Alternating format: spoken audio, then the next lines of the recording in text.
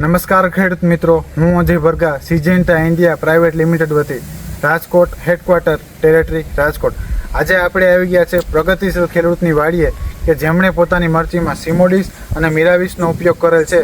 તો આવો તેમની પાસેથી તેમનો અભિપ્રાય જાણીએ. સૌપ્રથમ તમારો પરિચય આપશો જી. મારું નામ પ્રાણજીવનભાઈ પીતાંબરભાઈ દેસાઈ, ગામ ઓટાળા, તાલુકો ટંકારા, જિલ્લો મોરબી. Mobile number 9259 75 376. તો તમે મરચીમાં સિમોડીસ અને મિરાવિસનો ઉપયોગ કરેલ છે, તો તમે સિમોડીસનો ડોઝ શું રાખેલો હોય પંપે? 24 ml અને મિરાવિસનો ડોઝ 12 ml. તો તમે સિમોડીસથી તમારા મરચીમાં શું શું ફરક જોવા મળેલો? ચીપ્સ હાવ સાફ થઈ જાય છે એનાથી.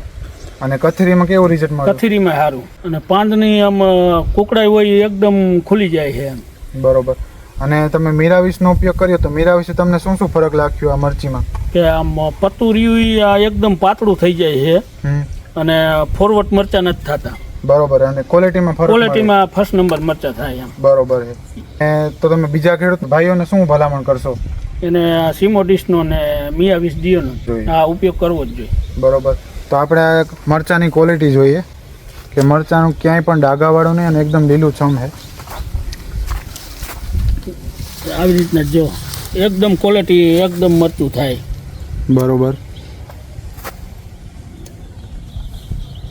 ક્યાંય પણ ડાઘ નથી જોવા મળતો.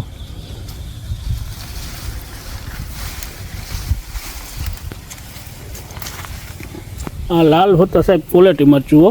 હા, બરોબર. અમારે કાંઈ ક્યાંય ફોરવર્ડ નથી આવતું. ઓકે ઓકે, ખૂબ સારું રિઝલ્ટ છે એમ ને? હા, ખૂબ સારું રિઝલ્ટ.